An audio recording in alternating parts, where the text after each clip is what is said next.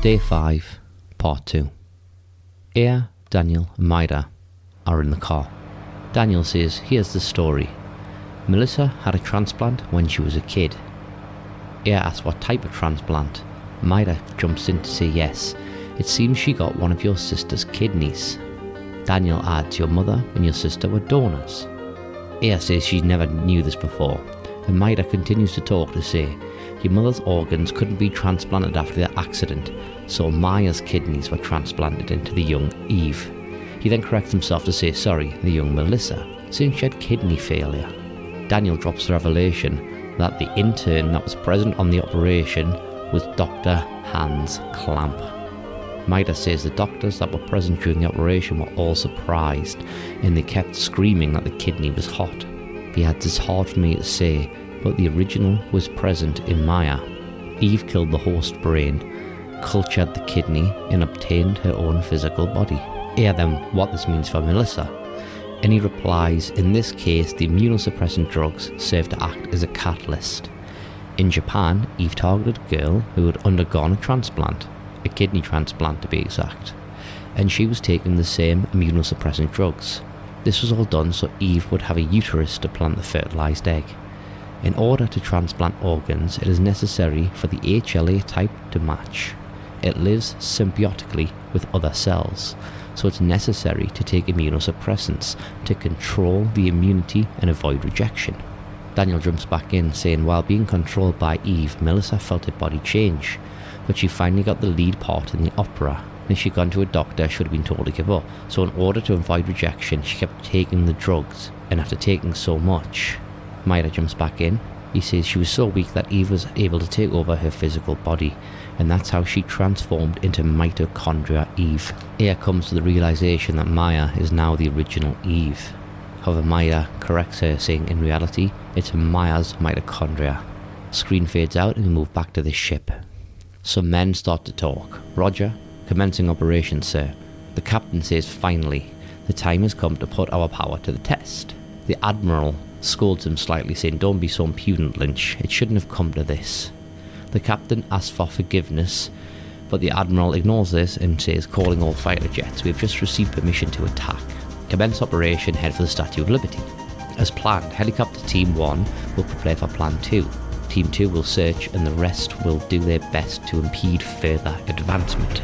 Some men salute and run off, and then we get some CG, which is showing the Navy, and we hear some sirens and radios.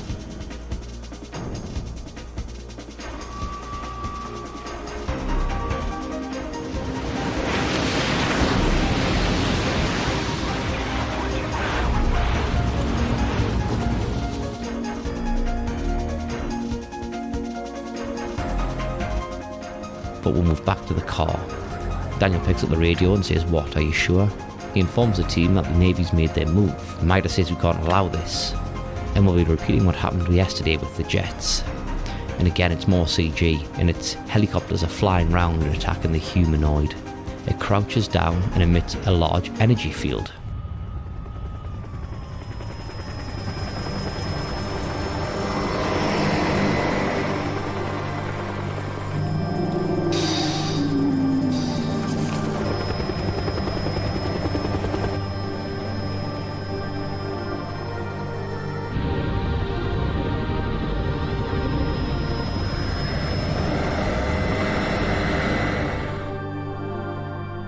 Back to Daniel, who says no, the rain can't be part of that thing. But Maida says the huge creature or those cells, it must be Eve giving birth. He adds, yes, the huge creature will act as a barrier to protect the ultimate being. And it's more CG again. Helicopters are being shot down by beams that are getting emitted from the energy field.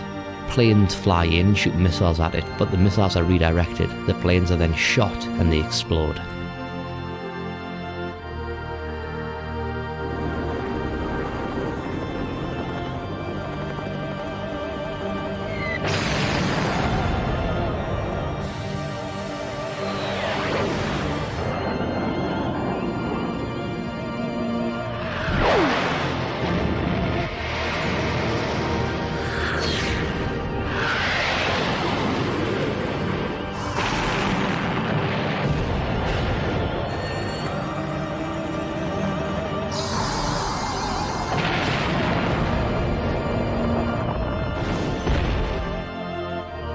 Back to the game, and Air says the helicopter's coming, and Myra tells everyone to duck and cover your heads. However, it just lands nearby.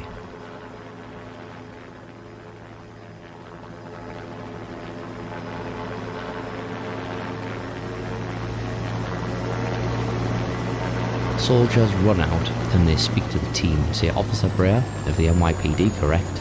It is my duty to accompany you to the aircraft carrier." Back on the ship, and the team are speaking to the Admiral, who welcomes them aboard the Navy's pride and joy, Nimitz. The Admiral introduces himself as Williams, saying that he commands the ship and sorry to have you come on such short notice.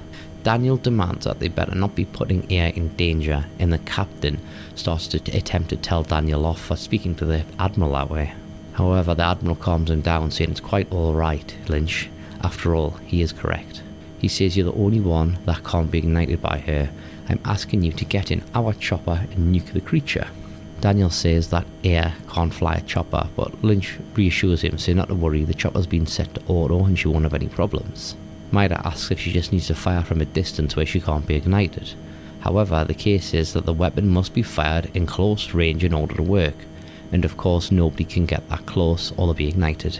Air agrees to do it, but Daniel tells her no way, you're not going up there. However, she gets in the chopper anyway and flies towards Eve. More CG shows the chopper taking off and flying through the streets of Manhattan, around buildings, and closes in on the creature.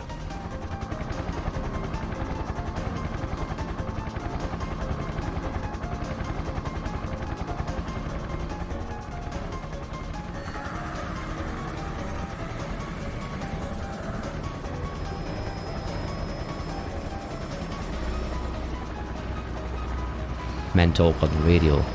The creature is within view. Switch to Formation 2.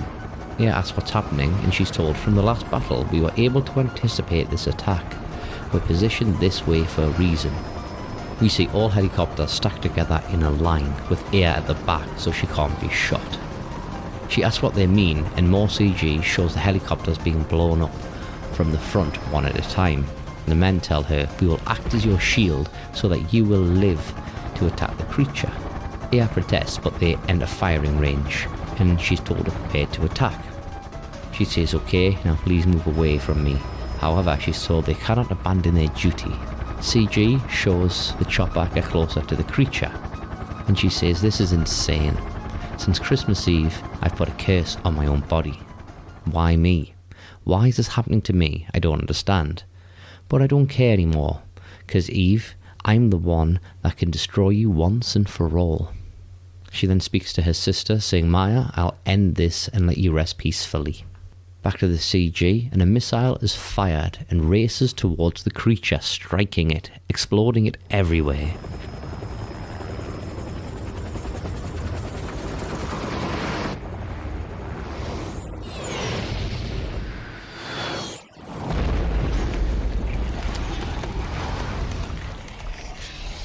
The statue's face looks like it is crying again with gel running down. The weight causes the statue to groan and it topples over.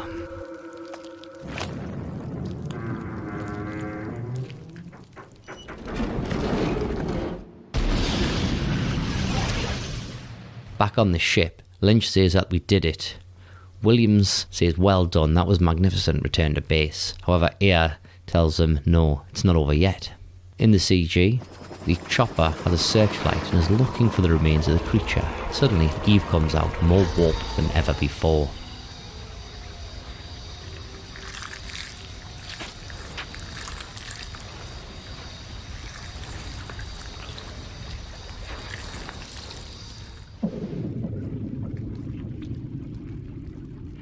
Daniel demands that she comes back, but William says it's too dangerous to continue.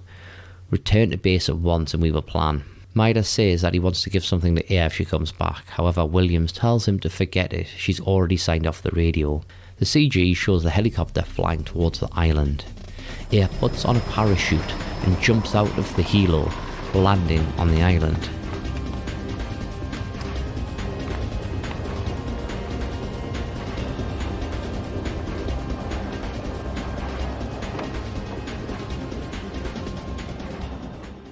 The ground is covered in the remains of the creature. She then walks up to Eve, who speaks to her.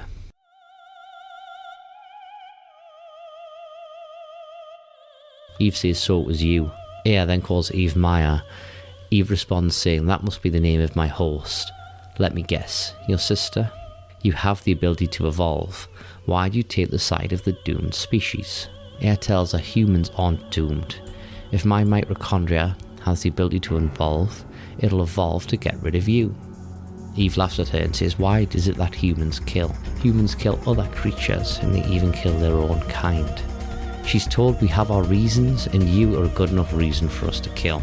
Eve laughs in her face again, saying all organisms have something called a territory.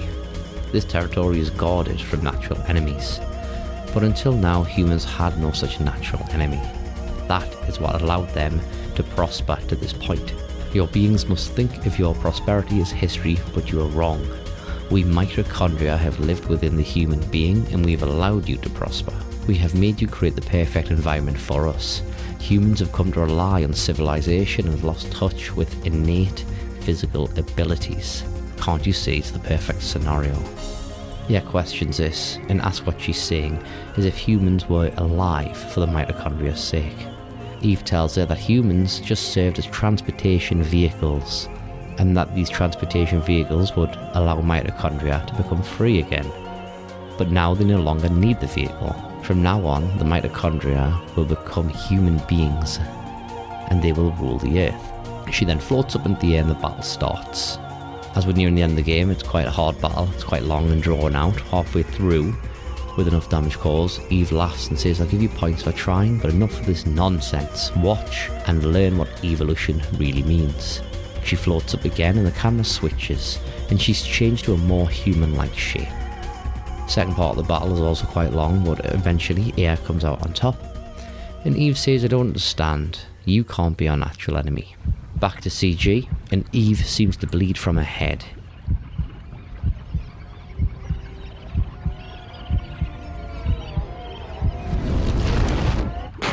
She tries to fly away and her hands shatter like glass.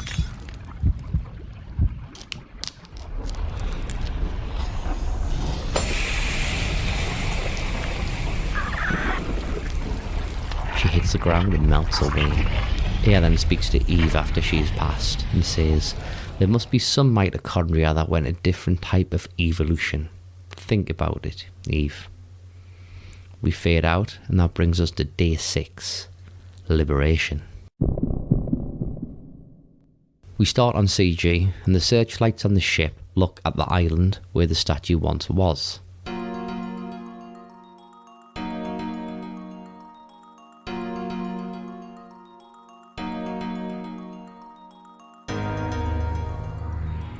Ea is now on the ship, and it's nighttime, and she's not wearing her jacket anymore.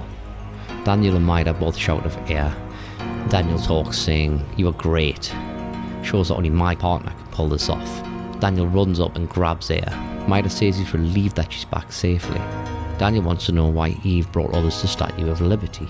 Maida tells him because of the ocean and what it symbolises. The sea is the mother of all creation, and this is where she wanted to give birth. A little bit of gameplay now, where you can run around the ship, and there's not too much to do. You just basically move inside, you can talk to Wayne, get some items, talk to some other people, get more items, healing, etc. But then when you move outside, the characters talk again. Williams comes up to them saying, "Sorry, we're late." Lynch also speaks, saying, "We could not approach the creature without absolute confirmation of its death." Williams tells them to rest inside, and Lynch goes to speak, saying, "As citizens of the United States," but then the boat shakes. We hear the big heartbeat sound and the boat shakes again. Ea asks what's going on, but Maida already realises, saying, "No, it can't be." Daniel, who's a bit slow off the bat, says, "What? What is it? He's scaring me." Maida goes to tell him the creature that the mitochondria creating was, then the boat shakes again. We see more CG, and there's gel on the sea, and it all is lit up from underneath. A creature then comes out, and it cries like a baby.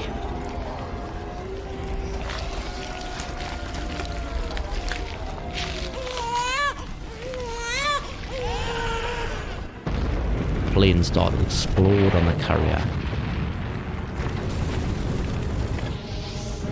shot ends on a flying demon baby with large wings and a large head. Daniel asks what that is, and Aya says you gotta be kidding, but Maida tells him that is the ultimate being. We didn't make it in time. Daniel questions the explosions, and Maida theorizes that mitochondrial energy must be out of control to the point where it's causing explosions. A pilot then tells them we will escape by helicopter and to follow him. Daniel agrees, saying I guess all we can do right now is run. Aya says she has to stay and take care of it. Daniel says no, but she tells him don't worry about me, I'll be fine. The pilot hurries him along and Maida tries to give Aya something, but Daniel stops him, telling him to cut it out with the voodoo stuff, we can't be wasting time. Maida protests but says it's different, it's not voodoo. However, he gets hurried on to the helicopter. It takes off and we see more CG. The baby comes on board of the boat. It makes some noises, then crawls on the ground towards Aya. She talks to it. She says, it's you and me, who's going to be wanting to make it through? The baby takes off and flies. She then adds that is the question. And it's a pretty easy battle. The baby then falls onto the ground and explodes. However, Aya says what's happening? Is it growing?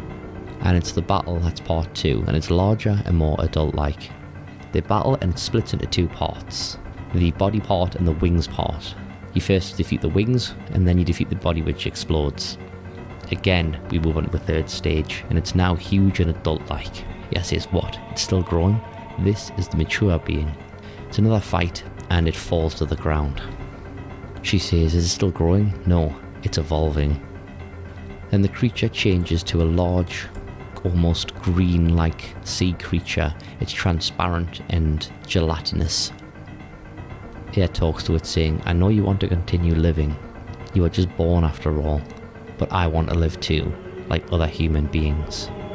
We move back to the helicopter with Maida and Daniel.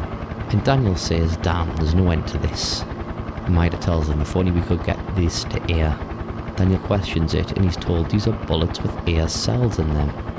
Daniel then comes to the dawning realization this is what he was trying to give her in the first place. And Maida tells him, I think we're too late and there's nothing we can do. Daniel calls him stupid and says give him to me. We then see some CG of Aya fighting the creature.